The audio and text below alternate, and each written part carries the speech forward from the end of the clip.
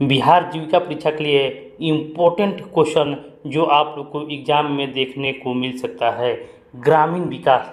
तो ग्रामीण विकास से आज आप लोग को टॉप 50 प्रश्न मिलने वाला है जो आप लोग को एग्जाम में देखने को मिल सकता है। तो चलिए शुरू है आज का वीडियो। पहला प्रश्न आप लोगों के बीच है, ग्रामीण विकास का मुख्य उद्देश्य क्या होता है? ग्रामीण विकास का मुख्य उद्देश्य क्या होता है? अगर क्वेश्चन का आंसर आए तो कमेंट बॉक्स में कमेंट करते चलिएगा और इस वीडियो को भी आप लोग लाइक जरूर कीजिएगा। ग्रामीण विकास का मुख्य उद्देश्य ग्रामीण लोगों का सर्वांगीण विकास करना ग्रामीण विकास का मुख्य उद्देश्य होता है।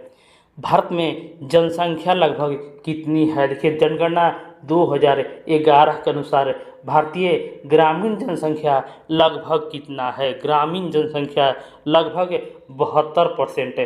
भारत में ग्रामीण जनसंख्या 72% है। ग्रामीण विकास कार्यक्रमों में इंटीग्रेटेड रूरल डेवलपमेंट प्रोग्राम जिसको IRDP कब प्रारंभ हुआ? कब प्रारंभ हुआ? तो ये प्रश्न आप लोग को याद रखना चाहिए कि IRDP जो है 1978-79 में IRDP प्रोग्राम को आरंभ किया गया था। ग्रामीण विकास का अर्थ है, ग्रामीण विकास का क्या अर्थ है? तो ग्रामीण विकास का अर्थ है ग्रामीण क्षेत्रों के सामाजिक आर्थिक विकास है। ग्रामीण विकास का अर्थ होता है। राष्ट्रीय ग्रामीण स्वास्थ्य मिशन NRHM किस वर्ष प्रारंभ हुआ था? NRHM भी इम्पोर्टेंट प्रश्न है। तो NRHM जो है वो 2005 ईस्वी में आरंभ किया गया था।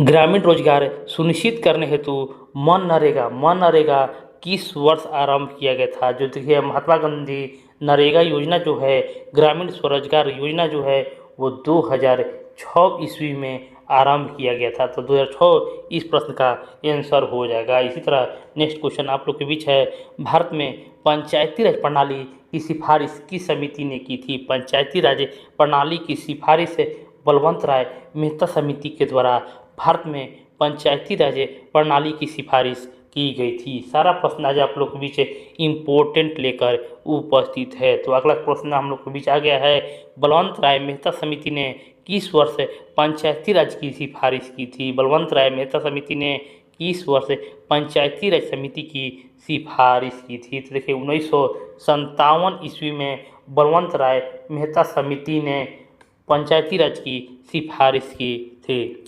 पंचायती राज व्यवस्था को संवैधानिक दर्जा किस संविधान संशोधन से मिला? पंचायती राज का व्यवस्था किस संवैधानिक संशोधन के द्वारा मिला था? तो ये 73वां संविधान संशोधन जो हुआ था उसमें पंचायती राज व्यवस्था को संवैधानिक दर्जा मिला था। नेक्स्ट प्रश्न है, 73वें संविधान संशोधन अधिनियम की अधिसूचना कब प्रभावी हुआ? कब प्रभावी हुआ? तो ये 24 अप्रैल 1993 ईस्वी को ये अधिसूचना जो है वो प्रभावी हुआ था। ग्राम सभा का गठन किस स्तर पर होता है? ग्राम सभा का गठन ग्राम स्तर पर होता है। पंचायती राज संस्थानों में 3 स्तरीय संरचना में कौन कौन सम्मिलित है? देखिए, पंचायती राज संस्थानों में 3 स्तरीय संरचना में कौन कौन शामिल है? तो सबसे पहले ग्राम पंचायत आता है, पंचायत समिति आएगा, लास्ट में जिला परिषद आता है। पंचायती राज प्रणाली किस राज्य में सबसे पहले लागू की गई थी? पंचायती राज प्रणाली जो है सबसे पहले राजस्थान के नागौर ईस्वी में लागू की गई थी। भारत में सर्वप्रथम पंचायती राज प्रणाली कब लागू हुई थी? देखिए, भारत में सर्वप्रथम पंचायती राज प्रणाली जो है वो सन 1959 ईस्वी में 2 अक्टूबर को जवाहरलाल नेहरू के द्वारा राजस्थान नागौर में यह पंचायती राज प्रणाली को लागू किया गया था। ग्रामीण अर्थव्यवस्था का मुख्य आधार क्या होता है? ग्रामीण अर्थव्यवस्था का मुख्य आधार कृषि होता है। भारत की ग्रामीण जनसंख्या का कितना प्रतिशत आजीविका कृषि पर निर्भर है? देखिए, ग्रामीण जनसंख्या का कितना प्रतिशत आजीविका जो है वो कृषि पर निर्भर है? तो लगभग 70% आजीविका जो है वो कृषि पर निर्भर है।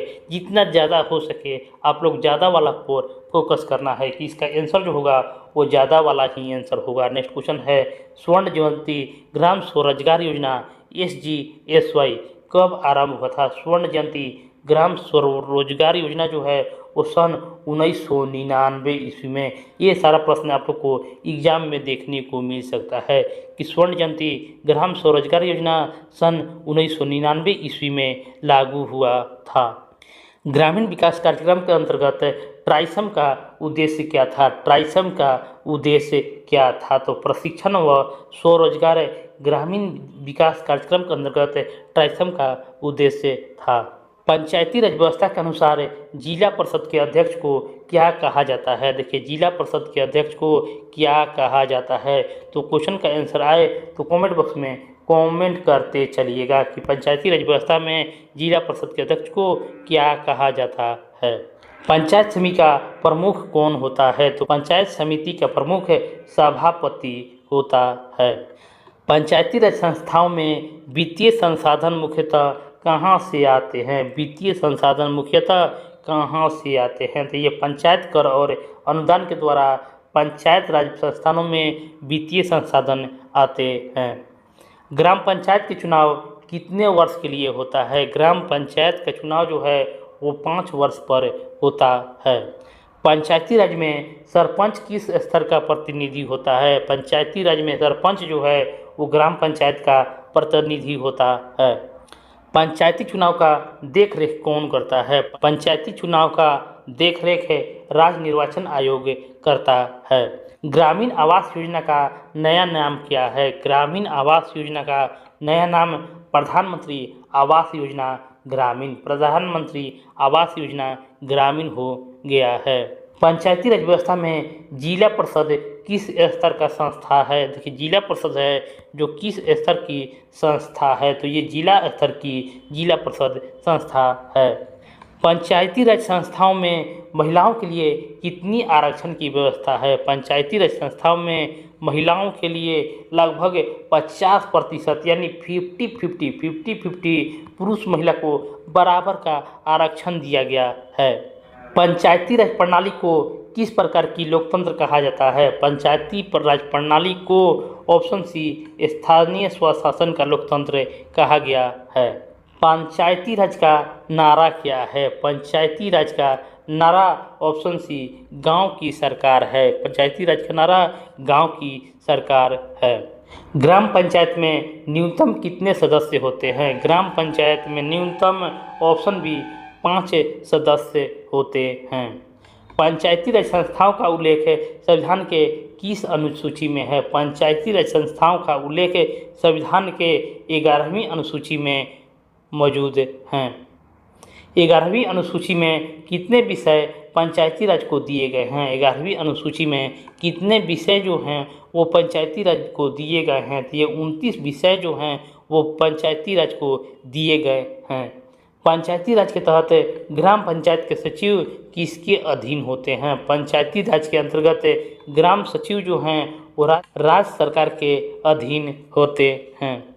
भारत में ग्रामीण क्षेत्रों का प्रमुख उद्योग कौन सा है? ग्रामीण क्षेत्रों का प्रमुख उद्योग हस्तशिल्प और कुटीर उद्योग भारत में ग्रामीण क्षेत्रों का प्रमुख उद्योग होते हैं।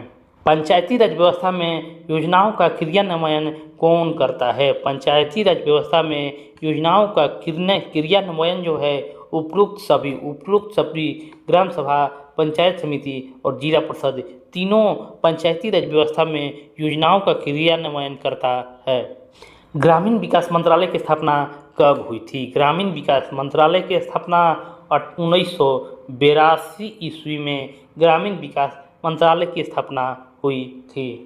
पंचायती राज में न्याय पंचायत का मुख्य कार्य क्या है? पंचायती राज में न्याय पंचायत का मुख्य कार्य ऑप्शन ए न्याय प्रदान करना होता है।